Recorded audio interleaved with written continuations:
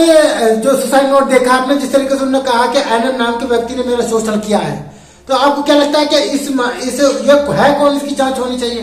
Journalist महोदय, अगर हमारे के यहाँ शुद्धता हो, हमारे के यहाँ कानून का राज हो, तो जांच पारदर्शी हो सकता है, लेकिन पारदर्शिता नहीं होता। आज एनएम का नाम आ रहा है, किसी और का नाम आ रहा है, इसकी जांच नहीं हो रहा, तो जो गलत कर रहे हैं कहीं वो मिले हुए हैं। और इस तरह से ये सारी हरकतें, ये सारे जो है, चाहे केरला का मामला हो, चाहे हरियाणा का मामला हो, किसी राज्य का हो, इसमें तमाम बड़े लोगों का नाम आता है, उसमें पर्दा डाल दिया जाता है और उसको दबा दिया जाता है, फिर राजनीतिक होता है और लोगों के हक और अधिकार और उसका न्याय जो जस्टिस मिलना चाहिए नहीं मिलता। हम जानना चाहते हैं आपके चैनल से कि एनएम कौन है, इसकी जांच हो, उसका जो है सामने जनता के सामने नाम आए कि वो एनएम का पूरा नाम क्या है, कौन टीम है, एनएम कौन है। जैसे बहुत बार जासूसी में कई कोड से नाम होता है, तो ये सब जनता को मालूम होना चाहिए, लेकिन ये सब दबा कर करके और ये सारा खेल खेलते हैं जो ये उचित नहीं है और इसकी हम और समाज इसकी भर्त्सना करते हैं। आप कैसे देखें, हरियाणा का केस आया, दलित आईपीएस अधिकारी उन्होंने आत्महत्या की, अब उसके बाद उनकी जांच करने थे अधिकारी, उन्होंने भी आत्महत्या कर ली और सुसाइड नोट में आरोप लगाया कि जो पूर्व आईपीएस पूरन कुमार थे, उन्होंने जाति के नाम पर सिस्टम को हाईजैक करने की कोशिश की, वो भ्रष्टाचारी थे। ये सब दोषारोपण, हाईजैक का, इसका उसका, सवाल तो ये है शोषण का, दोहन का, उत्पीड़न का। दलित ऊपर कैसे आ गया, दलित ऊपर कैसे चला जाएगा, इसीलिए सीजीआई दलित, उस पर जूता मारा गया। किसी ब्राह्मण पे जूता मारा गया क्या था आज तक? क्या आपने किसी ब्राह्मण को आपने जो है उसको रेप किया क्या? आज जो है आप दलित का रेप करते हैं, आज सनातन लाना चाहते हैं। किस लिए लाना चाहते हैं? क्योंकि सनातन में महिलाओं के स्तन काट दिए जाते थे, उनके बच्चों को जो है गंगा में फेंक दिए जाते थे। आज भी देवदासी 16,000 देवदासी साउथ इंडिया में है, जो दलित के बच्चियां, उनको दान दे रखा मंदिर में, उसके साथ जो संभोग होता है कौन कर रहा है? यही हमारा भारत का ब्राह्मणवाद जो पंडा है वो कर रहा है। अरे छोड़िए साउथ इंडिया को, आइए वृंदावन में, वहां भी यही हरकतें हो रहा है, अन्य जगह भी हो रहा है। और यही परिपाटी अब राजनीति में कर दिया है कि तमाम नेता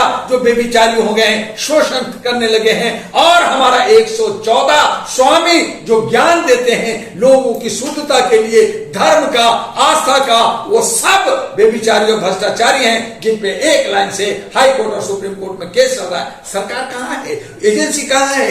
एजेंसी पे दबाव है, एजेंसी पे वही बड़े लोगों का प्रभाव है, इसीलिए पूरन पे को जो है उनको सुसाइड करना पड़ता है और उसके जांचकर्ता को भी सुसाइड करना पड़ता है। सुसाइड समझते हैं कितनी बड़ी जाति के नाम पर दबाव है।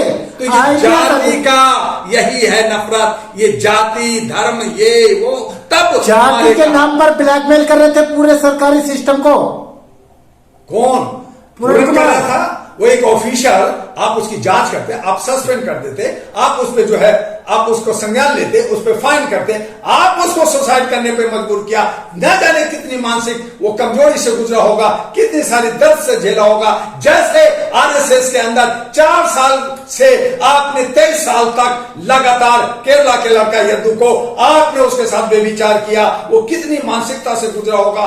ऐसे ही अन्य जगह पे जो आज आप मेडिकल कॉलेज और जगह सुनते हैं कि वहां पे रेकिंग होता है, कितने बच्चों के साथ ऐसा हो रहा है। क्या यही हमारा देश है? क्या हमारा यही संविधान है? कहां है कानून? मैं पूछना चाहता हूं, कहां है कानून का राज? मैं पूछना चाहता हूं, कहां ये चीफ जस्टिस और जजेज लोग जिस पे एक्शन नहीं लेते? ये डरे सहमे और कुछ चंद लोगों के मुट्ठी पे सरकार चलाते हैं। ये लोकतंत्र की हत्या है, लोकतंत्र की बेइज्जती है, लोकतंत्र को गुमराह कर रहे हैं और हमारा संविधान को धत्ता बना करके किताब का रद्दी में ये 1 रुपया किलो बेच रहे हैं। तो यह है हमारा देश। हमें संविधान बचाना होगा और हमारा लोकतंत्र बचाना होगा, और इसके लिए अब फिर से जैसे हमारे स्वतंत्रता सेनानी ने अपनी जान दे दी, हमें भी जान देना होगा और नई क्रांति के साथ देश को आजाद, पूर्ण आजादी देनी होगी। जिन लोगों ने कहा पूर्ण आजादी दो, हमें चाहिए आजादी, उसको आप जेल में डाल रहे हो, तो अंग्रेज ने वही किया, आप भी वही कर रहे हो। आप में और अंग्रेज में क्या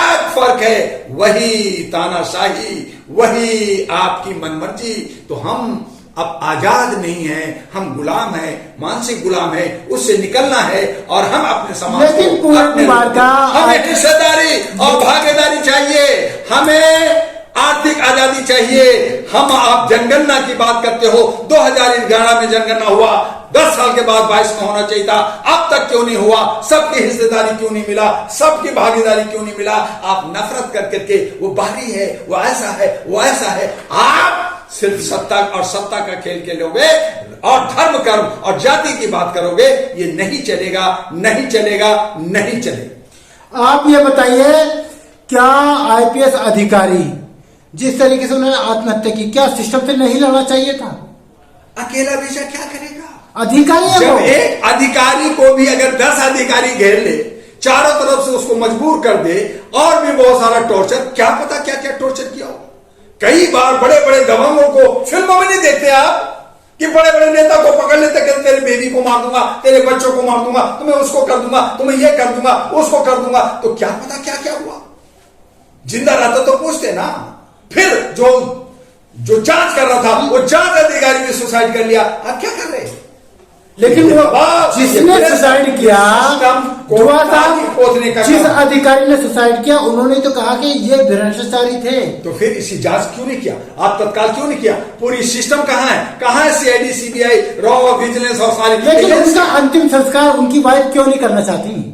उनकी वाइफ तो मांग रही है, लाश दे नहीं रहे हैं। इंक्वायरी होगी, जांच होगी, पोस्टमार्टम 2-2 बार, 4-4 बार होगी, सब हो रहा। यही तो सरकारी तंत्र ने जो हमको उल्टा रखा है। आप उनको हक नहीं दे रहे, उनको न्याय नहीं दे रहे, वो मांग रही है। जनता क्या करेगा? आज ये आवाज, ये जनता कुछ जान गई, ये जान रही है, वो सोशल मीडिया की वजह से जान रही है। आज अगर सोशल मीडिया नहीं होता तो न जाने कितने ऐसे लोग रोज आत्महत्या कर रहे हैं, रोज मर रहे हैं, रोज दब रहे हैं, रोज कट रहे हैं, और कोई किसी का कोई सहारा या कोई सपोर्ट, कोई मदद करने वाला नहीं है।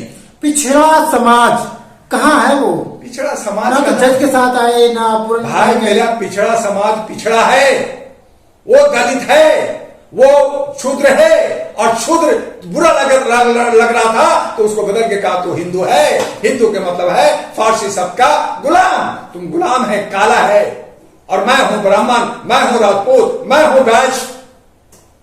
तुम्हारी औकात क्या? यही हमारी मर्जी है, यही मेरी मन की बात है। मानते हो तो ठीक, नहीं मानते हो तो तुम डंडा खाओ, तुम जेल जाओ, तुम पिछवाड़ा में खाओ। तुम्हारी औकात नहीं है। तुम 90% बात करो, 85 करो, हम 2-3% है, लेकिन राज हम करेंगे।